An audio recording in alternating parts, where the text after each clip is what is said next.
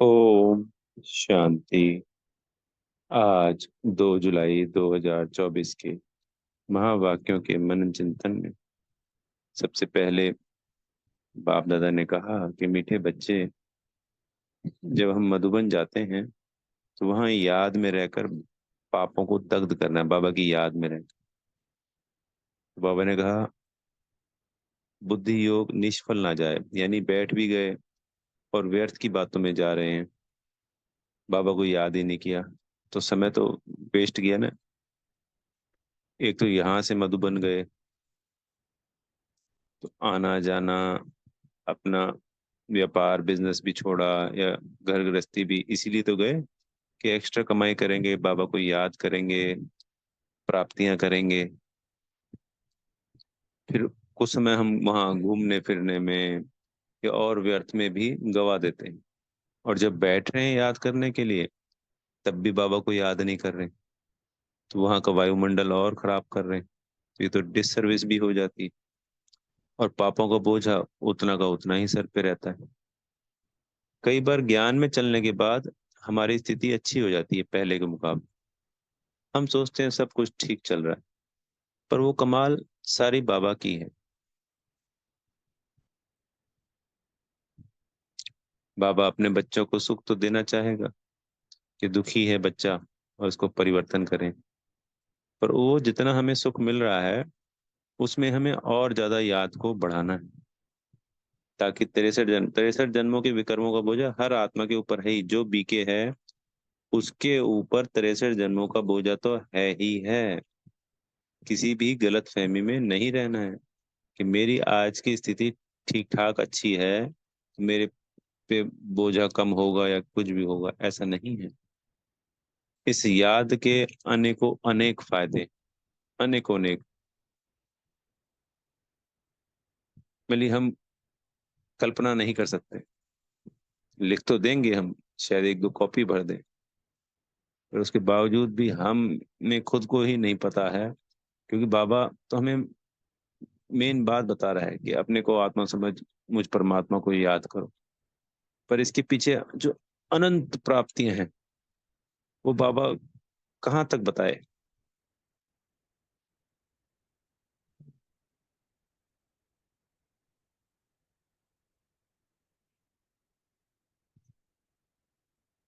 जैसे एक बच्चे का लक्ष्य होता है भैया डॉक्टर बनना है, सीए करना है, सीएस करना है, वकील बनना है, तो उसका एक ही लक्ष्य होता है कि बस डॉक्टर बन जाऊं। उसके बाद जो उसको प्राप्तियां होने वाली है वो तो हर आत्मा की अपनी अपनी है। पर एक डॉक्टर ने एक सर्वोच्च अवस्था को प्राप्त कर लिया अपनी फील्ड में, तो उसका नाम, मिले धन दौलत, शौहरत, सारी प्राप्तियां कर ली। तो पढ़ाई तो उसने भी करी, और एक दूसरा डॉक्टर है उसको कुछ प्राप्ति ही नहीं हुई। तात्पर्य ये है कि सिर्फ उसको ये मैसेज दिया गया था भाई डॉक्टर बनो, अच्छी लाइफ है। तो उस डॉक्टर ने बना और उसने उसमें महारत हासिल करी और उस सेवा को तरीके से किया, तो धन दौलत मान शान सब कुछ सर प्राप्तियां, उस स्थूल जीवन की प्राप्तियां कर ली। ऐसे ही बाबा ने हमें मोटी सी लाइन बताई कि बच्चे आत्मा को समझ, अपने आप को परमात्मा को याद करो तो 63 जन्मों के विकर्म दग्ध हो जाएंगे।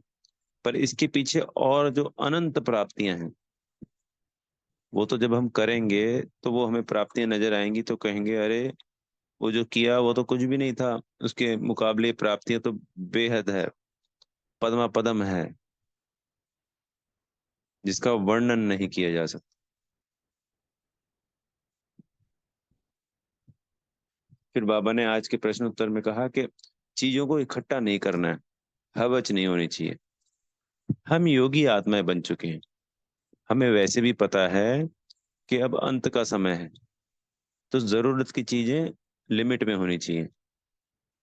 अनेकों अनेक कपड़े, अनेकों अनेक जूते, फैशन का सामान, चाहे वो खाने का सामान है, ऐसी कोई भी वस्तुएं जिनको हमें अगर इकट्ठा करने का शौक है वो नहीं होना चाहिए। अंत में हमारा मन उसमें भी अटक सकता है कि हाय वो मेरा सामान खराब हो गया, बस इतने में फेल हो गए। अहे वो मेरा सामान कहाँ जाएगा। ऐसे अनेकों अनेक जीवन में उदाहरण है कि कहीं आग लग गई और उसने जो सामान इकट्ठा कर रखा था उसको लाने के चक्कर में वो उसी में फंस गया।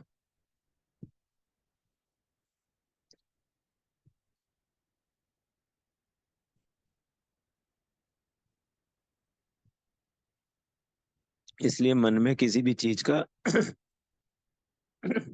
लोभ लालच, चाहे वो पहनने का है, चाहे वो खाने का है, चाहे कुछ भी है, किसी भी प्रकार का है। सादा जीवन, उच्च विचार, हमारे पुरुषोत्तम संगम युग पे, हम ब्राह्मणों पे संपूर्ण रीति से लागू होता है।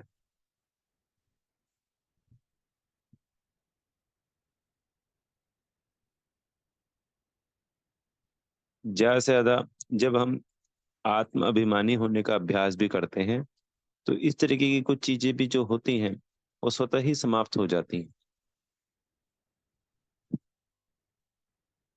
यूँ हमें एक एक अलग अलग पॉइंट को देखना या सुनना या समझना नहीं पड़ेगा कि हम इसका परिवर्तन करें, अब इस बात का परिवर्तन करें। एक सिर्फ आत्मिक स्थिति का अभ्यास ही हमारे संपूर्ण परिवर्तन करा देगा। जैसा बाबा हमको बनाना चाहता है ना, या हम बाबा समान बनना चाहते हैं, वैसा हम बन जाएंगे। सिर्फ एक ही।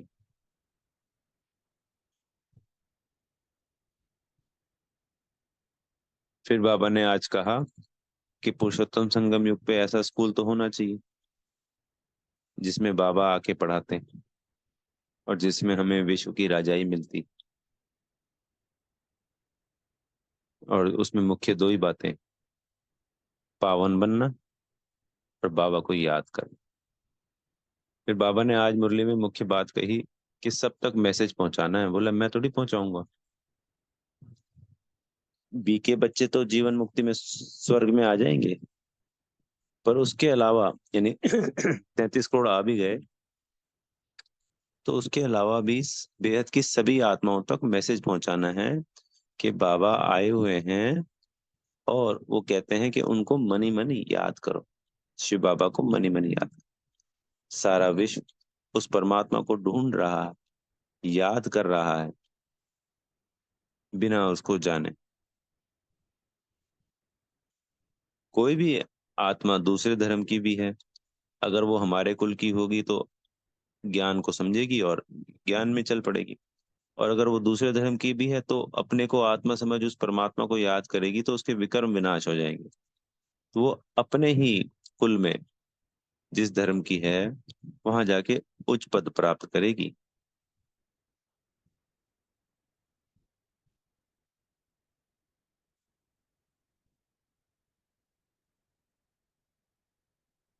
और इसी सेवा के आधार पर हम राजा रानी या हमें जो भी पद प्राप्त होना है वो प्राप्त होगा। अगर सेवाएं ना हो तो पद कैसे प्राप्त होगा।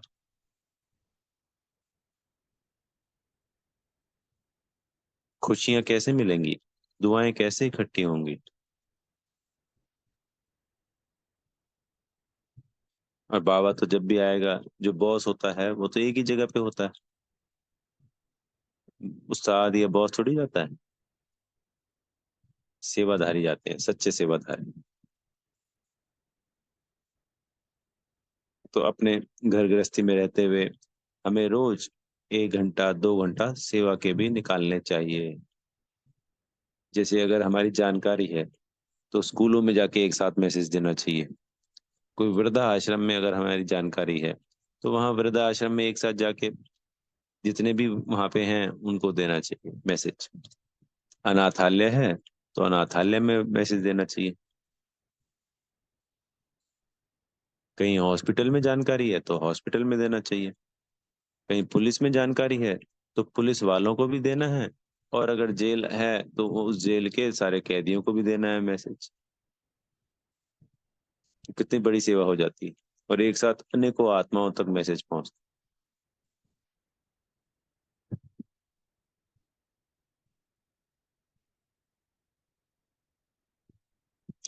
उनको पैसे देना, सामान खिलाना पिलाना या सामान लेके जाना, ये तो सारा संसार कार्य कर रहा है। वो तो फिर अगले जन्म में, इसी जन्म में उनकी ये हालत है, तो अगला जन्म अगर होता तो उससे नीचे अवस्था में जाते। और यहाँ अगर वो बाबा को याद करने लगेंगे तो ऊंचे से ऊंची अवस्था में जाएंगे। तो ये रूहानी सेवा हमें जरूर करनी है। कहीं कोई प्रोग्राम हो रहा है 2-3 घंटे का, जहाँ पे गैदरिंग हो रही है 50, 100, 200, 500 लोगों की, और वहाँ हमारी अगर कुछ जान पहचान है, और हमें लगता है कि वहाँ हमें 10 मिनट, 15 मिनट, आधा घंटा मिल सकता है, अगर ऐसा होता है तो वहां पे भी वो मैसेज देना चाहिए इकट्ठा सभी को। तो कितनी बड़ी सेवा हो जाती।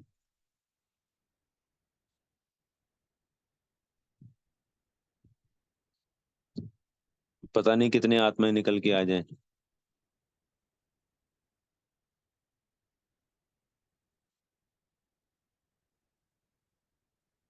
फिर बाबा ने कहा कि हमें तो हर जन्म के पाप दग्ध करने हैं इस एक पुरुषोत्तम संगम युग पर। इस जन्म के तो याद रहते हैं, वो हम लिख के दे देते हैं, तो बाबा आधा माफ कर देते हैं। पर बाकी के तो जन्मों को याद नहीं है ना जी। तो हुए सबसे हैं, तभी हम हल्के होंगे। अब बाबा को याद कैसे करना है, ये नहीं कि पूरे दिन बैठ जाना है। खाना खाते वक्त वो टाइम फ्री होता है, चुपचाप बैठकर याद करो। जितना चुप रहेंगे उतना आत्मा शक्तिशाली होगी, गुणों और शक्तियों की भरपूरता होगी। जैसे झाड़ू लगा रहे हैं, कपड़े धो रहे हैं, बर्तन धो रहे हैं, इस वक्त बुद्धि फ्री होती है, बाबा की याद में करना चाहिए, शक्तियां मिलती हैं। कहीं पैदल जाना पड़ रहा है, कहीं गाड़ी में जा रहे हैं, तो वो जाते वक्त वो समय फ्री होता है, याद कीजिए। ऑफिस में या कहीं पे भी जो हमारा स्थूल सेवा का कार्य कर रहे हैं, बिजनेस है, नौकरी है, वहां पे याद करना चाहिए, अगर वहां पे मेंटल अकाउंट्स वाला काम नहीं है तो। हाँ, अकाउंट्स का काम करते हुए कोई बात फंसती है, तो बाबा को बतानी चाहिए कि ऐसे ऐसे है बाबा, ये फंस गया है। बाबा उसको निवारण करेगा और वो याद में काउंट हो जाएगा।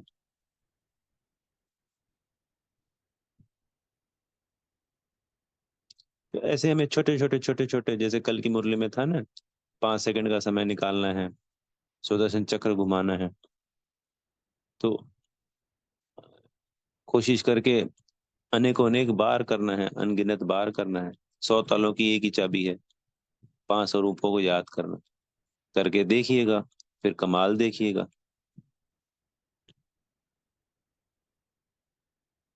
मन का सारा व्यर्थ उससे कटता है, पाप भस्म होते हैं, मन शक्तिशाली होता है, अवस्था ऊंची होती है। उसके भी अनलिमिटेड, 100 तालों की एक चाबी। जैसे कहते हैं ना, 100 बीमारियों की एक दवा, वो है वो।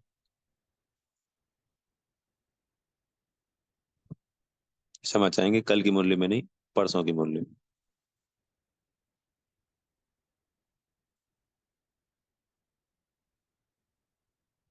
फिर बाबा ने आज वरदान में कहा कि जो हमारे कमजोर संकल्प होते हैं ना, तो वो हमारी याद मिलेगी आगे बढ़ने में ना, दीवार बन जाते हैं।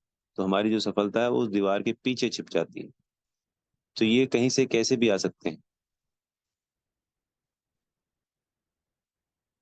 तो इन कमजोर संकल्पों को सदा सदा के लिए समाप्त करना है, और स्वयं पे निश्चय बुद्धि, बाबा पे निश्चय बुद्धि, और ड्रामा पे निश्चय बुद्धि बनकर सदा सफलता मूर्त बनना है। तो बाबा ने आज हमें सुमान दिया, बहुत शक्तिशाली सुमान है।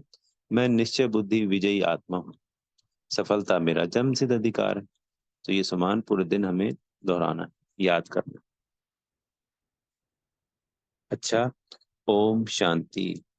बेहद का धन्यवाद मेरे प्यारे मीठे बाप दादा जी का।